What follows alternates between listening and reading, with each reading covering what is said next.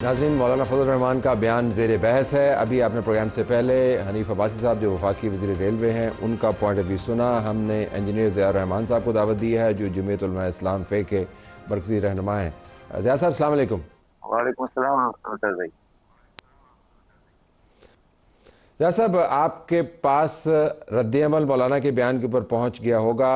बहुत लोगों के दिल दुखे हैं इस बयान के ऊपर और रद्द-ए-अमल भी आपके सामने आ रहा है, हर तरफ से आ रहा है।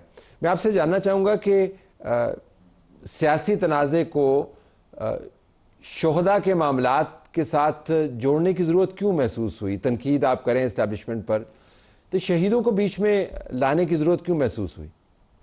भाई असल में ये सारा कुछ जो है ये एक इसका एक पस मंज़र है और इस पस मंज़र को जाने बगैर कभी भी मौलाना साहब की तकरीर के बारे में कोई सही बुनियाद पर राय नहीं दे सकता।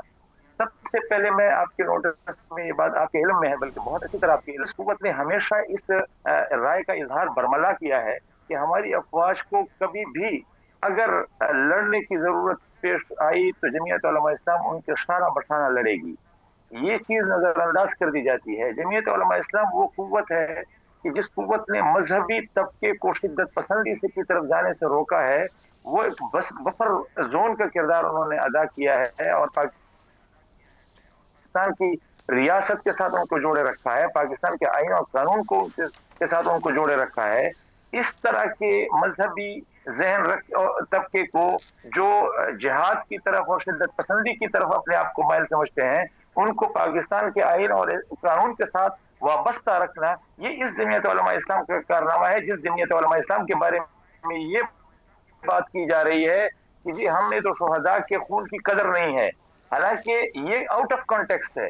मौलाना साहब ने जो बात की है उसके लिए आपको खैबर पख्तूनख्वा जाना पड़ेगा, उसके लिए आपको बलूचिस्तान जाना पड़ेगा, उसके लिए आपको फाटा में जाना पड़ेगा। तो मौलाना साहब का सिर्फ एक सवाल था, वो ये कि आप इस बात के लिए ट्रेन हैं, आप इसके लिए लेजिटिमेट पावर हैं, आप इसके लिए आपके वेल इक्विप्ड हैं, आपके पास किले हैं। हमारी आवाम अगर बंदूक उठाएगी और इन दहशतगर्दों के साथ लड़ेगी, ना उनके पास किले हैं, ना उनके पास दिफा है, ना उनके पास कोई इक्विपमेंट है, हमारी दुश्मनियां नस्ल दर नस्ल चलेंगी। इस बात को अगर मैं इतना बड़ा इशू बना दिया गया कि हमारी सारी पीछे की तारीफ को नजरअंदाज कर दिया गया। दो जी बिल्कुल ठीक है। कथा कलामी आपका पॉइंट ऑफ व्यू समझा। एक तो ये कि आप खुद चूंकि खैबर पख्तूनख्वा के हालात से बखूबी वाकिफ़ हैं, मुझे न बताने की ज़रूरत है, आपका ताल्लुक़ किसी सरजमीन से है, आप जानते हैं वहाँ पे हालात क्या हैं। खैबर पख्तूनख्वा के अंदर दहशतगर्दी की जंग में मुकामियों के लश्कर जो हैं को अनहोनी बात नहीं है। बाजोड़ के अंदर ये लश्कर बने हैं, आपको बहुत अच्छे तरीके से इल्म है, लोगों की मर्ज़ी से बने हैं। और मैं आपको दूसरी एग्जांपल्स भी दे सकता हूं। नंबर एक, आप उसके ऊपर एतराज़ यकीनन करें, लेकिन ये कहना कि पहली मरतबा अगर कहा गया है आपको तो दुरुस्त नहीं होगा। दूसरी बात, ये तो जबान आपकी है ना, ये पश्तून भी हैं, इसके अंदर बलोच भी हैं, पंजाबी भी हैं, सब लोग हैं। ये अगर जुमले ना कहते तो क्या हर्ज था? तरल भाई, पहली बात तो ये है कि आपकी बात बिल्कुल ठीक है कि पहले भी लश्कर बने हैं। आप मुझसे बहुत सीनियर हैं और मैं एक तालिब इल्म हूं। मैं आपके सामने अगर ये बात करूंगा तो अच्छा नहीं लगूंगा, लेकिन आपने सहाफत के पेशे को बाय चॉइस ऑप्ट किया है।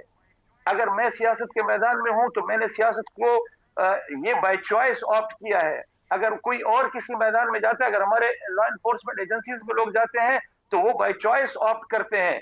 और आज तक हम आपने क्या, आपके सहाफत के लोगों ने क्या सच बोलने के पादाश में शहादतें नहीं झेली? क्या हम सियासी लोग जो है, सियासी कारकुन, मैंने एक जमीयत उलमा इस्लाम के पार्टी के तौर पर 100 लाशें एक दिन में उठाई हैं, शहादतें। हमारे बलूचिस्तान से लेकर फाटा तक और खैबर पख्तूनख्वा तक हमने इस कौम के लिए जो शहादतें दी हैं, सिर्फ इस एक बुनियाद पर कि हमने कहा कि जी रियासत पाकिस्तान के साथ, उसके जोग्राफिए के साथ, उसके नजरिए के साथ और उसके आईन और कानून पर कोई कंप्रोमाइज नहीं होगा। ये आपका पॉइंट ऑफ व्यू है ज़िया साहब, बसद एहतराम। तो फिर इसका मतलब निशान हैदर भी नहीं होना चाहिए ना, तो विक्टोरिया क्रॉस भी नहीं होना चाहिए। और फिर और शरिया के अंदर शहीद का जो दर्जा मुतय्यन किया गया है, मैं तो तिफल मकतब भी नहीं हूँ शरी मामलात के अंदर, आप लोग गाइड करते हैं। वो दर्जात हैं, वो फिर तयशुदा दर्जात हैं।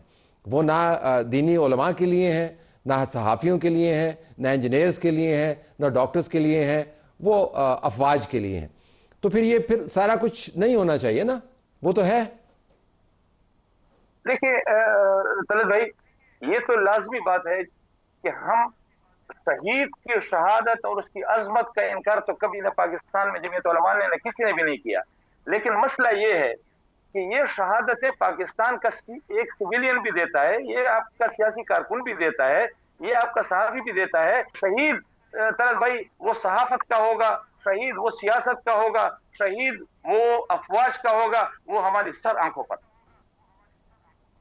बिल्कुल, आखिर में क्या इम्कान है कि मौलाना अपने अल्फाज वापस लें? तलत भाई, अगर मौलाना फजलुर रहमान साहब ने आईन और कानून से हटकर कोई बात की होगी तो वो वापस लेंगे, नहीं तो फिर उन लोगों को अपने इकदाम वापस लेने चाहिए जो आईन और कानून से हटकर मुतालबे कर रहे हैं। हमने बयान सुना, उसके ऊपर ज़ाहिर है बहुत दुख का इजहार भी करना चाहिए। वाकई तो उसके ऊपर प्रेस कॉन्फ्रेंस बनती थी। अच्छा, ये बात ना, अभी आपने पार्टी लाइन की बात की, देखिए कुछ चीज़ें जो है ना इन सारी चीज़ों से अबव हैं। मतलब कि आपकी पार्टी से अबव है, आपकी लीडरशिप से अबव है। मैं तो बड़ी क्लैरिटी के साथ सियासत करता आया हूँ और सियासत कर रहा हूँ और करता रहूँगा। उसमें जो पाकिस्तान है ना, वो मुझे सबसे ज़्यादा मुकद्दम है। तो पार्टी की लाइन तो यही है ना कि ये नहीं है। नहीं, पार्टी के सारे लीडर्स ने यही बात की है और वज़ीर ज़फ़ा ने बात की है, उसको छोड़, लेकिन आपने प्रेस कॉन्फ्रेंस की। जो मैंने प्रेस कॉन्फ्रेंस की, सर नाम मुझे किसी ने कहा, ठीक है ना, मैंने तो रात को जब सुना तो एक दिली दुख हुआ, जिसका इजहार मैंने प्रेस कॉन्फ्रेंस में। मौलाना फजलुर रहमान साहब के साथ मेरा एक दिली लगाव भी था, है, आज भी है, मैंने उसमें भी कहा है। और इज्जत एहतराम का रिश्ता कायम दायम रहेगा। इस बयान के बावजूद देखिए ना, उस दुख तो हुआ ना, वो दुख हुआ, वो जिसका दुख का इजहार मैंने किया और दोबारा दोहराने लगा हूं कि देखें, आप और मैं दोनों, हम एक कश्ती के सवार थे जहां से हमारा और आपका रिश्ता डेवलप हुआ और वो LFO था, लीगल फ्रेमवर्क मेरा ख्याल है, ऑर्डर जो है, तो उसके ऊपर मैंने भी साइन किए, मौलाना ने भी साइन किए। हमें तो कोई इतराज़ नहीं था मुशर्रफ साहब की। अगर इतराज़ होता, उस LFO में आपको पता है क्या कहता, आप तो पढ़े लिखे जी लोग जी हैं, बिल्कुल, उसमें हर चीज़ A to Z जो थी वो हमने उसको लीगलाइज कर दिया उनकी। वो फैसलाबाद के घंटाघर की तरफ था, हर रोड जो है ना मुशर्रफ की तरफ जाती थी। जी ठीक है, उसको हमने लीगलाइज किया, मैं खुद उसका हिस्सा था और मैंने पार्टी लीडरशिप के कहने पे किया, मुझे कोई उसके ऊपर जिसे कहते हैं पशेमानी नहीं है। अब इशू क्या है? इशू ये है कि आप हर इंस्टीट्यूशन के अंदर, हर जगह के ऊपर अच्छे बुरे लोग मौजूद होते हैं, इंडिविजुअल्स मौजूद होते हैं। मुझे प्रेशर के दौरान भी एक क्वेश्चन आया और मैंने कहा भाई एक जगह उठा के बताएं कि जहां मेरे लीडर ने ये कहा हो कि जो शहीद है वो उसने जो पेटी बांधी हुई है उसके एवज वो सैलरी लेता है, तो मेरे पे क्या एहसान है? भाईजान ये सुन के मैं काम किया, यकीन माने मैं काम किया। उसकी बुनियादी वजह यह है कि ये मेरा ईमान है एक पाकिस्तानी की हैसियत से, क्योंकि एज ए नेशन हम कहाँ खड़े हैं आपको भी पता है, मुझे भी पता है। ये कोई ईरान नहीं है भाईजान, ये कोई इवन सऊदी अरब भी नहीं है, नेशन तो है ना अपने एक, ये तुर्की भी नहीं है, ये बांग्लादेश भी नहीं है, सीधी सी बात है।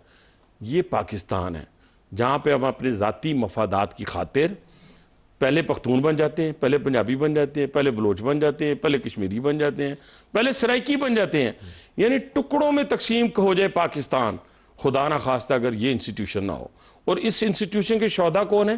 पख्तून भी हैं, बलोच भी हैं, सिंधी भी हैं, कश्मीरी भी हैं, 40,000 कश्मीरी है इसके अंदर सराइकी भी है, इसके अंदर हर रंग नस्ल का शख्स मौजूद है और जो इस मुल्क के लिए अपनी कुर्बानियाँ दे रहा है। और मैं आपको कह दूं सर, मेरा ईमान है, क्योंकि हमने देखा है सबात ऑपरेशन में, मैं उसके बहुत नज़दीक था, मेरी कुछ जिम्मेदारियां भी लगी हुई थी जब वहाँ से लोगों को नकल मकानी करवाई गई, कैंप लगे, मर्दान स्वाबी में गया, मर्दान मियाँ नवाज शरीफ साहब, मैं वहाँ जाके हम लोगों को, और वहाँ पे कुछ हमारी खवातीन गई थी, मैं एक वाक़या आपसे, उन्होंने वहाँ की खवातीन से मुलाकात की, आप यकीन माने रोंगटे खड़े हो जाते हैं। यहाँ बयान नहीं किया जा सकता कि वो क्या उस वक़्त उन जालिमों का क्या सिलसिला था। आप दहशतगर्द को दहशतगर्द नहीं कहेंगे, दहशतगर्द को पालने वाले की मजम्मत नहीं कर रहे हैं। दहशतगर्द को पालने वाला अफगानिस्तान, दहशतगर्द को इस वक्त ड्रोन्स देने वाला, इंटेलिजेंस रिपोर्ट्स देने वाला इजराइल, पैसा देने वाला हिंदुस्तान, सब मिलके पाकिस्तान के ऊपर हमलावर हैं। और हम तनकीद किस पे कर रहे हैं? शहीदों पे। उस शहीद पे सुन लें जिनकी मां ने इसलिए सब्र कर लिया कि मेरे बेटे ने अपने मुल्क के लिए जान दी है। उसकी बेवा ने इसलिए सब्र कर लिया कि उसने कहा कि बेवगी कबूल है, मैं बेवा होना कबूल करती हूं, इसलिए अपने 2 साल के बच्चे को, किसी का 3 माह का बच्चा, किसी का 4 साल का, 36 साल के तो बच्चे हैं और कितने शीजवान हैं। मैं हो सकता है मेडिकली फिट ना हो सकता, कोई और हमारे बहुत सारे लोग रो रहे होते हैं जब पीएमए से या किसी से रिजेक्ट होते हैं तो वो हमारे पास आते हैं, हालांकि हम तो कुछ भी नहीं कर मेरे सकते। सवाल है भाई